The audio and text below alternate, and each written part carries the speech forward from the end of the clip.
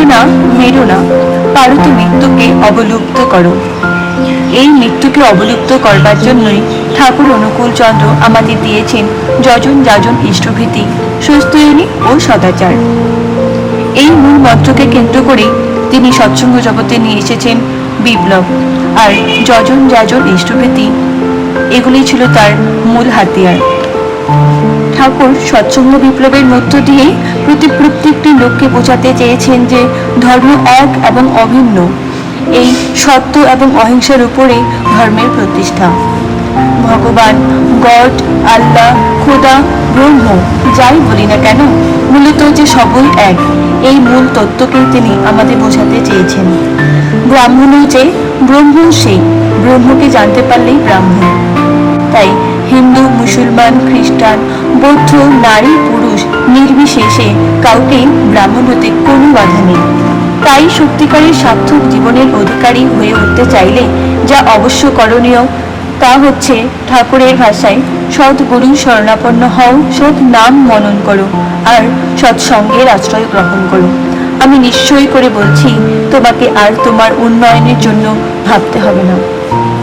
তিনি আমাদের প্রত্যেকের মঙ্গলের জন্য আবার নিয়ে এসেছেন এই যজন যাজন ইষ্টভীতি, স্বস্তিয়নী ও সদাচার। যজন যাজন ইষ্টভীতি প্রসঙ্গে তিনি বলেছেন যে হোস না যোগী, হোস না জ্ঞানী, গোসাই গোবিন্দ যাই না হোস, যজন যাজন ইষ্টভীতি না করলে তুই কিছুই নোস। এই যজন যাজন ইষ্টভীতির উল্লেখ রয়েছে প্রাচীন গ্রন্থ গীতায়, আর স্বস্তিয়নীর উল্লেখ আছে মনু সংহিতায়। যজন হলো ব্যক্তিগত মঙ্গলের বাস্তব পথ। ব্যক্তিগতভাবে মঙ্গলের পথকে খুঁজে নেওয়ার জন্যই যজনকে অনুসরণ করতে হয়। আর সুকেন্দ্রিক সুগঠিত চরিত্রের অধিকারী হয়ে ওঠাই তাই যাজনের পরিণতি। যাজন প্রসঙ্গে ঠাকুর আরো বলেছেন, যাজন মানে তোমার সুকেন্দ্রিক সুগঠিত চরিত্রটাকে মানুষের সামনে তুলে ধরে সুযুক্ত সক্রিয় সেবা সম্প্রেষণায় ও নিয়ন্ত্রণে তাকে সুকেন্দ্রিক ও সুগঠিত করে তোলা। মূলত পারিপার্শ্বিককে জীবন বৃদ্ধির অনুকূল করে গড়ে তোলার ইঙ্গিত আছে সামগ্রিকভাবে যজন যাজন ইষ্টভীতির মধ্যে। যজন যাজন ইষ্টভীতির মধ্যে একটি পারস্পরিক সম্বন্ধ আছে। এগুলি করার মাধ্যমে গুরুর উপর টানটা উত্তরোত্তর বেড়েই চলে এবং হৃদয় জুড়ে গুরুর প্রতিষ্ঠা সম্ভবপর হয়ে ওঠে। ঠাকুর তাই বলেছেন, সৎ ও শ্রেষ্ঠ আশ্রয়ে যার, উন্নতি হয় অবাধ তার। অর্থ, মান, যশ ইত্যাদি পাওয়ার আশায় আমাকে ঠাকুর সাজিয়ে ভক্ত হইও না, সাবধান হও, ঠকবে। তোমার ভিতরে ঠাকুরত্ব না জাগলে কেহ তোমার কেন্দ্রও নয়, ঠাকুরও নয়। ফাঁকি দিলেই পেতে হবে তা। তাই মান, যশ ইত্যাদি পাওয়ার আশায় আমাকে ঠাকুর সাজিয়ে ভক্ত যেন না হই, সেদিকে সাবধান হতে বলেছেন আমাদের। এইভাবে ইষ্টভীতি প্রসঙ্গে একটু আলোচনা করা যাক। ইষ্টভীতি মূলত খ্রিস্টানদের মধ্যেও কিন্তু প্রচলিত রয়েছে। সেখানে চার্চ রেট নামে সেটি পরিচিত। আবার খুজা সম্প্রদায়ের মধ্যেও কিন্তু এটি প্রচলিত। সেখানে এটি জাকাত প্রথা নামে পরিচিত। ইষ্টভীতিতে পুরুষকার ও দৈবের যোজন হয়। পুরুষকার হলো মোটর পার্ট অর্থাৎ শিল্পী অঙ্গ, এবং দৈব হলো সেন্সরি পার্ট অর্থাৎ অনুভূতির অঙ্গ। ইষ্টের জন্য করা হলে করার যে অ্যাকুমুলেশন এফেক্ট তা আমাদের বোধে ধরা দেয়। অজানা জানা হয়ে আসে এর ভেতর দিয়ে। এর ফলে সেই জানা মাফিক কাজ করতে সুবিধা হয়। যাদের কোনো প্রিন্সিপাল নেই তারা ধরতে পারে না, এফেক্টটা কাজে লাগাতে পারে না, তাদের এক্সপিরিয়েন্সই হয় না। আর স্বস্তিয়নীতে আছে প্রস্ফুটিত পদ্মের মতো প্রস্ফুটিত ভবিষ্যতের ইঙ্গিত।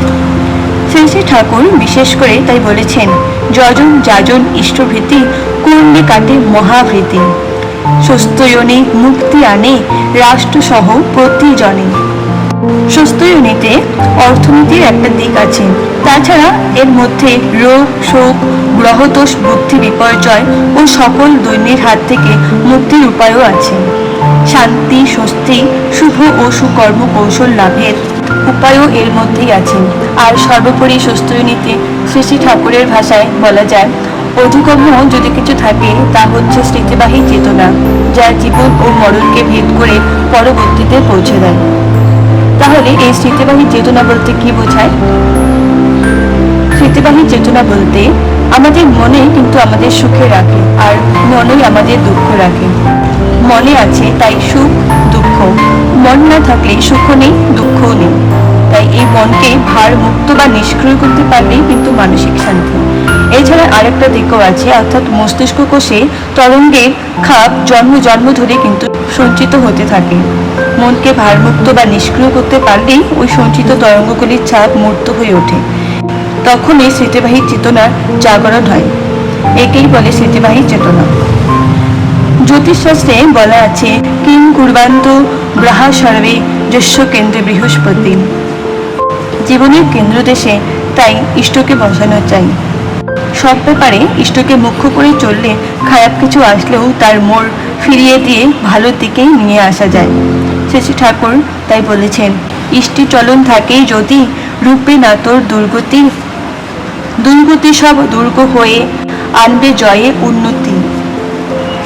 তাই এই উন্নতিকে ধরে রাখার জন্যই ঠাকুর আমাদের যজন যাজন ইষ্টভীতি ও সস্তয়নী সদাচার পালন করতে বলেছেন। পরিশেষে বলতে পারি, তার শঙ্খ তোমাতে গর্জে উঠুক, দুষ্টভূত থেকে দমন করুক, মরণকে নিরসন করুক, সব যাতনার উপশম করুক, পাপকে নিবৃত্ত করে সব বাড়িকে শান্ত করে তুলুক।